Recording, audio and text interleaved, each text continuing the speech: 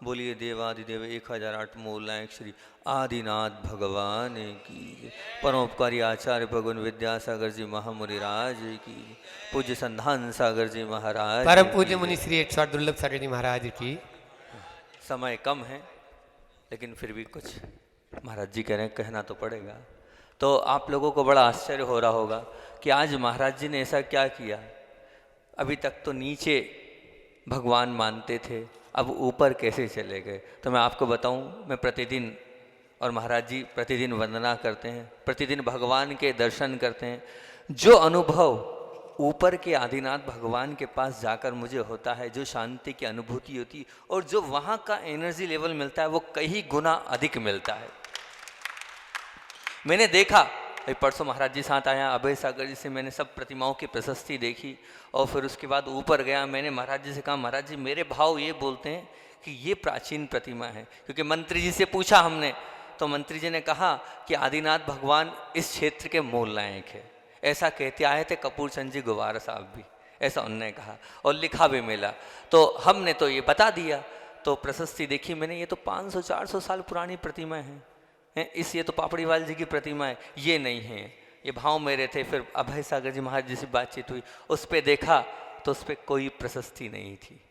तो वहीं मैंने निर्णय ले लिया कि जो अनुभव यहाँ मुझे शांति का हो रहा है, जो एनर्जी यहाँ मुझे मिल रही है, निश्चित तौर से मूल नायक भगवान यही होंगे। और आप खुद अनुभव करना, वहाँ जाकर आपको बहुत शांति का अनुभव होगा, बहुत अच्छा आपको लगेगा। 2 मिनट वहाँ प्रतिमा के सामने आप खड़े हो ना, ऊपर वाले, और आप जिनालय को देखेंगे तो जिनालय सही पूछी जाए तो सबसे ऊंचा वही है, सबसे ऊंचा जिनालय भी वही है। और अगर निर्माण की दृष्टि से जाएं तो सबसे प्राचीन जिनालय भी वही है।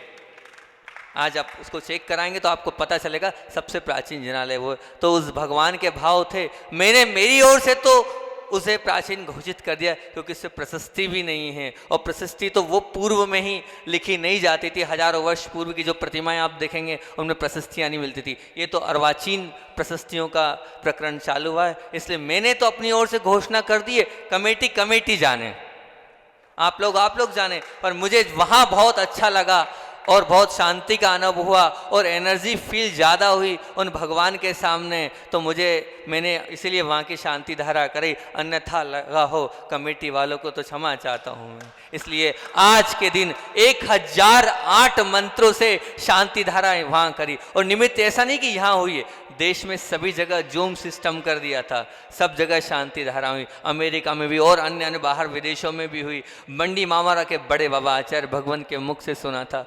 2 बड़े बाबा प्रसिद्ध बुंदेलखंड में, एक तो कुंडलपुर के बड़े बाबा और दूसरे मंडी मामारा के बड़े बाबा। आज वहाँ भी हुई। अजनास के आदिनाथ भगवान, जहाँ से हम निकले हैं, जिन आदिनाथ भगवान से, वहाँ भी आज शांति धारा हुई। वह प्रभावकारी, चमत्कारी, अतिशयकारी सेतपुर के आदिनाथ भगवान, वहाँ भी आज हुई। और शायद नेमावर के आदिनाथ भगवान जो नर्मदा नदी से, सब जगह यहाँ चल रहा था मंत्र, और सब जगह वहाँ पर सभी जगह 1008 मंत्रों से शांति धारा हो रही थी। ये परम पावन अवसर सिंगापुर, महाराज जी बोले सिंगापुर में भी हुई थी। हाँ,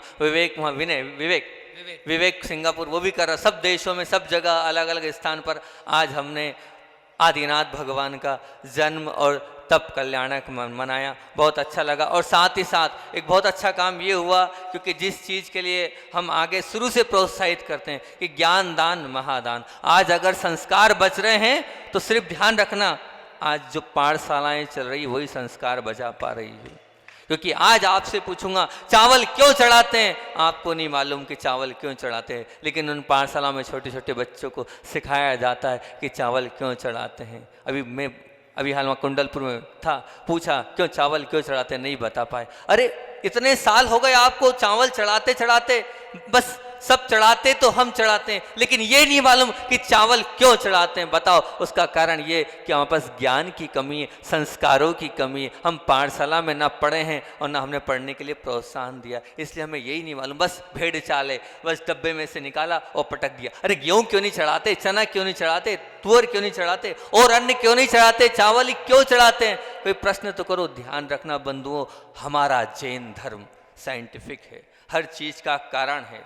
बिना कारण के कोई कार्य नहीं हमारे यहाँ, बिना कारण के कोई भी नहीं है। चावल क्यों चढ़ाते उसके पीछे भी हेतु है। पता है आप लोगों को हेतु नहीं है तो बता देता हूँ। चावल कोई समय नहीं है प्रश्न उत्तर करने का। चावल हम इसलिए चढ़ाते हैं कि वो जो चावल होता है उसके ऊपर का जो छिलका होता है वो उतर जाता है। उतर जाने के बाद उसको आप ज़मीन में बोओगे तो वो उगेगा नहीं। इसी भाव से हमें चावल अक्षय पद की, हे भगवान ये चावल इसलिए चढ़ा रहा हूँ जैसे इस चावल में अब जन्म मरण समाप्त हो गया है, ऐसा मेरा जन्म मरण समाप्त हो और मैं आपके चरणों में जाकर बाजू में बैठ जाऊं। इस भाव से मैं चावल चढ़ाता हूं। ये भाव से चावल 25, 25, 30, 30, 40 साल हो गए चावल चढ़ाते, लेकिन यही नहीं मालूम कि हम चावल क्यों चढ़ा रहे हैं, क्या मतलब हमारे चावल चढ़ाने। कोई बात नहीं, गलती हो गई कोई बात नहीं, लेकिन आप पाठशाला पढ़ें, ज्ञान पढ़ें। और जो बड़े लोग हैं एक बात ध्यान रखना, ज्ञान दान का भी महत्व है।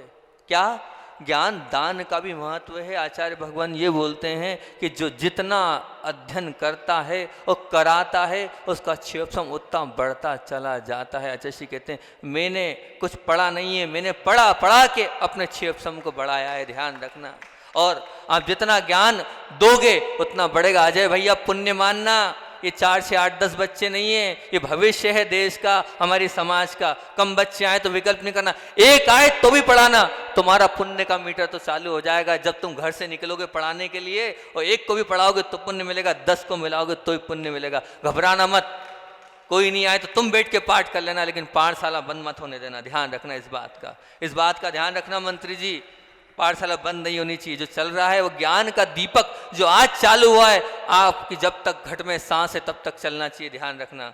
आप लोग यहाँ पे रहने वाले हैं इसलिए आप लोगों को आगाह कर रहा हूँ, पाठशाला को बंद मत होना।